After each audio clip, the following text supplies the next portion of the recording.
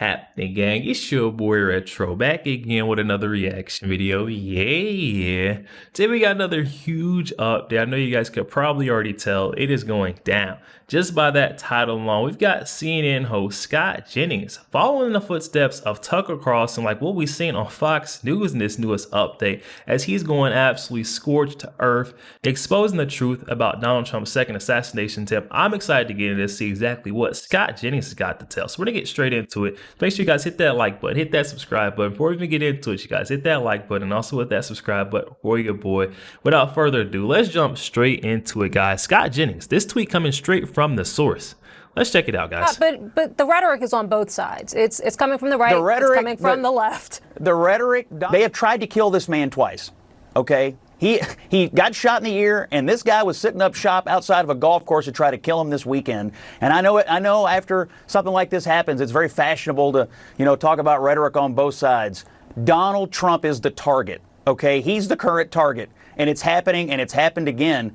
And honestly, we have to have a conversation about elections. If you lose an election, the country's not going to come to an end, okay? What I want Democrats to do, honestly, is to say, it's okay. Like, if Donald Trump wins, democracy will not end, the Constitution will not end, we're not going to live in a dictatorship, there will not be a bloodbath. All the things they say that are totally fabricated, to me, it would be a good day to stop doing that. Thank you. Hey, Scott Jennings is an absolute legend for putting this out there on CNN, saying stop with the fear mongering, because that is why we keep getting these attacks on Donald Trump, his family, his life, his safety. I mean, like, come on. This is very dangerous rhetoric to be spewing out. You guys gotta quit with the fear mongering, saying if this guy's elected, he's going to be a dictator on day one. It's going to end democracy. And like, cut it out. This is old, this is tired, and it's really dangerous. We can see this is the second time this has happened, attempt on Donald Trump's safety. Like, listen to this. All the things they say that are totally fabricated, to me, it would be a good day to stop doing that. The most important thing that could possibly happen, in my opinion, is for everybody to agree, especially Democrats, that the country is not going to be irreparably damaged if Democrats lose. That the Constitution is not going to go away. Democracy is not going to come to an end. There will be no bloodbath. There will be no dictatorship on day one, which they all say all day long on this network and others. Oh my goodness. If everyone could just agree. I can see why CNN's upset. He called CNN out on this network included, is what he said, quote unquote. Oh my goodness, this guy Scott Jennings showing he just simply does not care anymore. He's going to get the truth out whether they like it or not. Like I said, man, he is going full on Tucker Carlson right now. Listen to him, folks. Say all day long on this network and others. If everyone could just agree that that kind of hyperbolic statement will not take place anymore, and that it's not been true every time it's been said, that would be a step in the right direction. And I know everybody's talking today about all the rhetoric in this country and what are we going to do to fix it going forward. Folks, it's too late. It's too late, in my opinion, because all the rhetoric about Donald Trump over the last several years, that he's a threat to democracy, that the country will come to an end if he gets elected president again. Even over the weekend, we had people blaming him and J.D. Vance for a bomb threat in Springfield. Well, if you have believed that over the weekend, then how can you not believe that the rhetoric leading up to today is not somehow responsible for the fact that this man has now survived 2 assassination attempts? So what I want Democrats to do, honestly, is to say, it's okay. Like, if Donald Trump wins, democracy will not end, the Constitution will not end, we're not going to live in a dictatorship, there will not be a bloodbath. All the things they say that are totally fabricated, to me, it would be a good day to stop doing that. Yeah, it is definitely a good day to stop doing that. And Scott Jennings didn't say one wrong statement throughout that whole segment. I mean, just putting out their truth. They're heading down a dangerous road. You can't keep trying to say and spew this dangerous rhetoric and, these talking points to say that Donald Trump is a danger to our society. He's going to, change the way folks live and all. I mean, if anything, we've seen Donald Trump in office before. We've seen what he could do. On the other hand, we've never seen what Kamala Harris, Tim Walz could do, and it sounds like some very dangerous things. Cause we got Tim Walz's own family coming out endorsing Donald Trump, saying walls for Trump. I mean, come on, look at this. My boy Scott Jennings going in once again. You guys got to check this out. I think she's got a very compelling economic agenda. Then why can't she do it, actually? Because she did a local interview. She started to try to do more interviews this week, and she did a local interview, which I'm sure you saw, and she got asked directly about inflation and the economy, and came up as empty as any presidential candidate in my lifetime has ever come up on any question of any substantive topic. Why can't she find it? Well, she was very good in the debate. You acknowledge that, Scott. I don't think so. Come on. Trump, in our snap polling, Trump picked up a couple of points. Okay, real quick, because I think Did you guys catch on to that? Excuse me. The CNN host tried to put words inside of Scott Jennings' mouth saying you were really high on her. No way. Scott Jennings instantly fact-checking that, saying no, that's not the case. Look at this, folks. I mean, come on. Kamala Harris is just simply not the candidate.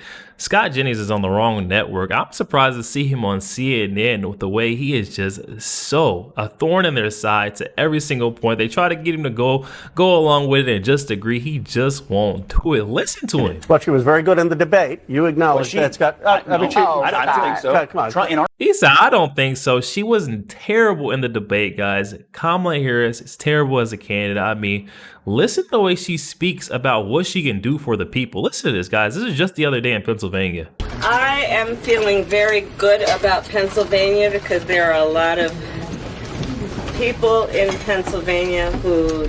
This sounds like someone that's still in, elementary school. Their formation of a sentence. I mean, like, what does this mean? What does any of that mean? What can she do for the people in Pennsylvania? And I'm still lost for it. I mean, Kamala Harris will sit and drag her words, try to just beat around the bush until she feels like she's got to a point. But she has no substance, guys. I mean, like, listen to her. Listen to her try to talk to the people. Uh-oh. I am feeling very good about Pennsylvania because there are a lot of people in Pennsylvania who deserve to be seen and heard. That's why I'm here in Johnstown. And I will be continuing to travel around the state to make sure that I'm listening as much as we are talking. And ultimately, I feel very strongly that we've got to earn every vote. And that means spending time with folks in the communities where they live. And so that's why I'm here. We're going to be spending a lot more time in Pennsylvania. I am feeling very... I mean, come on, y'all, guys. This right here is what they're trying to prop up to say that she is the best candidate, best foot forward.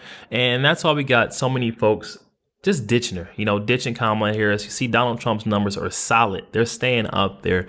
They're unfazed by the debates. They're unfazed by all this, the hate from the lunatics on the left. The lefties losing it. They can't help themselves but hate on Donald Trump. It doesn't do anything but bring him up. Then here's Scott Jennings again, absolutely slamming Kamala. Check this out, folks. A lot of Republicans, it didn't feel like it was a debate. It felt like he was on trial and there were 3 prosecutors.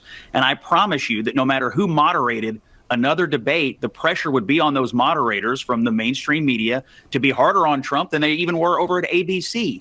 So if you're Donald Trump and you're looking at like, what am I going to do to change a narrative? What can I do to impact a more positive outcome? There is no way to get a better outcome out of another set of moderators after what happened with the ABC debate. And on top of that, if Kamala Harris is going to be allowed to go to debates and ignore questions, flat ignore questions about the economy and immigration and not be pushed on that, that's not fair. And if the moderators are going to be able to try to fact check Trump with things that they say that turn out not to be true, that's also not fair. So to me, there's a ton of risk in it, and I don't think it's necessary. A lot of Republicans, it didn't feel.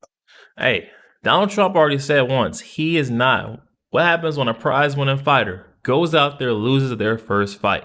They say they want a rematch. Donald Trump's proven that he won that debate, even though it was a 3v, maybe even a 4v1, guys, because she had communications possibly inside of her eardrums. I mean, like, come on, you guys. Scott Jennings calling it straight down the middle. Listen to him here, guys. We're going to end on this one. I just have to show you this clip. But here's a fact. He did get pushback from them. They did try to fact check him in real time, but there were numerous questions that she would not answer. And she did tell several lies and got no fact checking. So I think if you're going to lay down a marker that we're going to push back on these candidates, you got to do it to none or you got to do it to both. They asked her directly in the very first question if she thought they had any responsibility for the economic conditions or that people were better off than they were for. And she completely ignored it. They asked her on immigration. Why did you wait until 6 months before the election to do anything? And she completely ignored it. And so fact checking and Barb's aside, those are the 2 most important issues in the election. They asked her. She completely ignored them. And they spent all their time going after Trump and didn't follow up on any of that. I thought it was ridiculous. But here's a... They've got Anna Navarro from The View. She's up there just looking. I mean, come on, you guys. Scott Jennings is going to call it how he sees it. They didn't hold Kamala Harris accountable whatsoever. Whenever she's asked, if you notice, Every time she is asked about the state of our economy or what she can do for our economy, guys, she always goes back to when she was a little girl in grade school, getting raised by her mom, saying that she can relate with the middle class. I mean, this lady doesn't have a plan. She doesn't have any policy she stands behind. She's just simply going to retell anecdotal stories in order to try to get people to relate with her, and it's not working, guys. Yo, hop in the comment section and let me know your thoughts. CNN Scott Jennings is tiptoeing, dancing on that fine line, maybe getting Tucker Carlson kicked off the network. Guys, hop in the comment section. Let me know your thoughts. Also, make sure you guys hit that like button, hit that subscribe button. If you didn't enjoy more content like this, I'll catch you guys on the next one.